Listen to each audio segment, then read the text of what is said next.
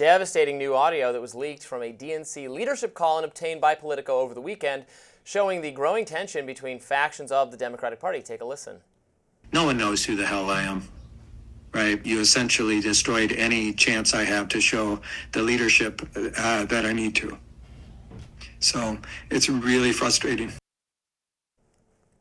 That was an emotional DNC chair, Ken Martin, expressing his growing frustration with co-chair David Hogg, saying it's grown bad enough he's now having second thoughts about the job. Boo-hoo.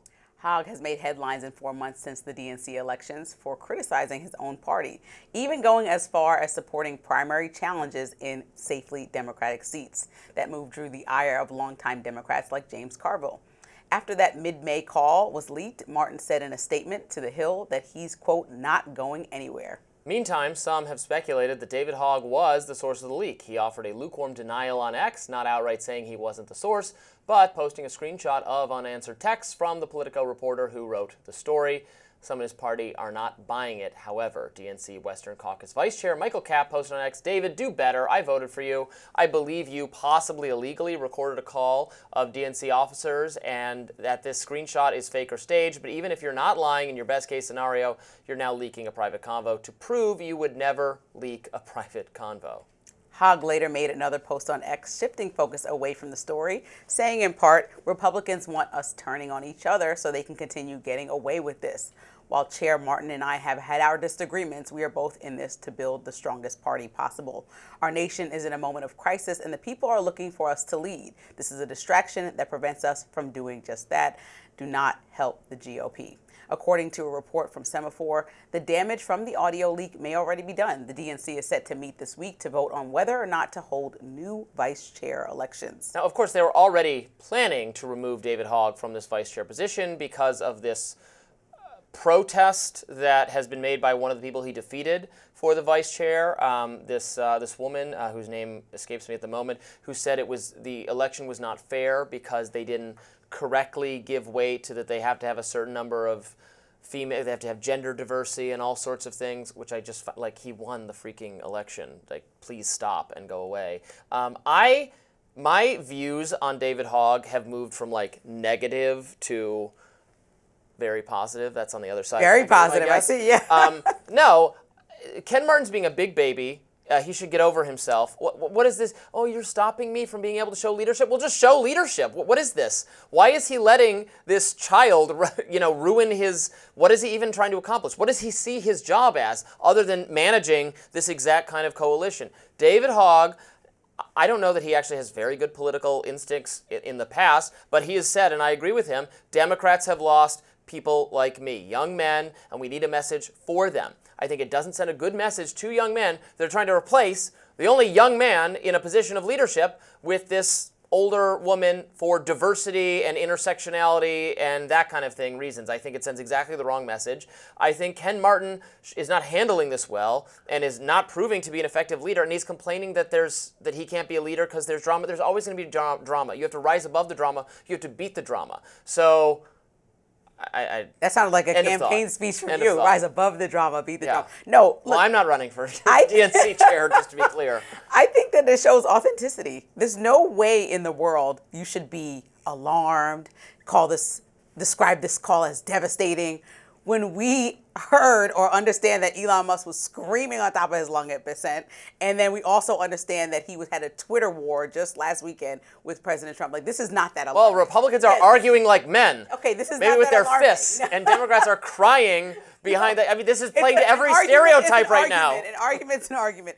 I think, the party does not emphasize neutrality, and I think that's what Martin is trying to say, that we have to figure out how to emphasize that more. And Hogg is very firm in his stance, which is what you see a lot of people out there that are calling for Democrats to do something right now, is to be firm.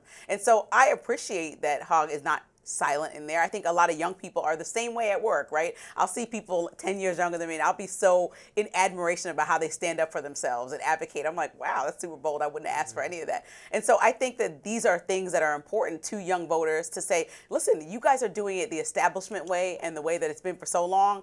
I want to tell you what the people are looking for. And having that voice in there is important. and not to be shunned. And I don't know, the tears, they did throw me off. That's like a bit much if there were real tears. I'm not sure. It was just an audio recording. But I think they can do better to come together, because there still are. You're seeing even in the Republican Party, there are traditional conservatives that really don't like this beautiful big bill, or not beautiful bill, however you see it. And then there are people who really want big, the tax it's not cut. Beautiful. Right. So that's ugly. infighting right there. There are traditional people that are pro-establishment, that have done things for years in the way that they are, still protecting Medicaid, and also saying that they need to not cut as much, but also people saying they need to cut more, right in the party. So Democrats should be able to do the same thing without it being this big blow up. But the biggest issue is that while they're doing this, like unlike the Republicans, there's a bill on the table that they're arguing about. Democrats are just arguing right now, and nobody knows what the way forward is. What did Ken Martin think this job was going to be? He's saying in this audio, we're 100 days in it. I don't even know if I can do this or if I want to do this. What did you think you were going to have to do? This is a low point for the Democratic Party. You're going to have to wrangle a bunch of different interests, a bunch of individual personalities to chart a way forward. And you've been doing it for 3 months, and it's harder than you expected, and you don't want to do it? That's nuts to me. I feel bad for Democrats that they are saddled with leadership that is old and out of touch and doesn't have the spirit for this fight. Well, that's really contradictory, because Elon Musk doesn't have the spirit for this fight either. Sure he does. He stepped into policy and politics and got really frustrated. He's not the head of the Republican Party. He's not even I'm just giving an Trump's example. side. So yes, we can understand that somebody who steps man into has a energy. position. So Martin stepped into a position from working with working class people for years of his career. He didn't just get plucked out of obscurity. So he probably thought the Democratic Party was more in line with what he's been doing throughout his whole career, and was alarmed and surprised in the same way that Elon Musk is alarmed and surprised that the Republican Party wasn't in line with cutting down fiscally conservative ways like they claim to be, right? Elon is new to politics. Ken Martin is a political operative that's his career. He did not think it was going to be this frustrating and uphill battle, and anybody can relate to that journey. Oh, I got news for you. Okay, I'm just saying, like, these happen in both parties. If he'd asked me, I'd been like, it's going to be a rough ride. You really want to do this? And I guess his answer is, I guess, kind of no. Or an opportunity to work together and figure out what the new party looks like. It doesn't look like anything that has been in the past. I mean, I was sitting next to Marianne Williamson, who ran for chair and has run for a couple Democratic offices, including president, to be the nominee. She was co-hosting the show with me for a few weeks, sat right where you did, and we had a lot of conversations about this. You know, you can agree with her, disagree with her. I disagree with her on a lot of policies. I agree with her on some policies. She wanted to do it. She wanted to be the chair. She was up for the fight. So I think it's almost insulting that they gave it to someone who is kind of like already tired of doing it. It's just crazy to me. It's just watch crazy it play out. I guess we're going to have to watch it play out. Not crazier than Elon Musk, though. Coming up, Harry Potter fans tear into Tom Felton's response to J.K. Rowling's trans views. It's going to take some wizardry to get him out of this one. Har har.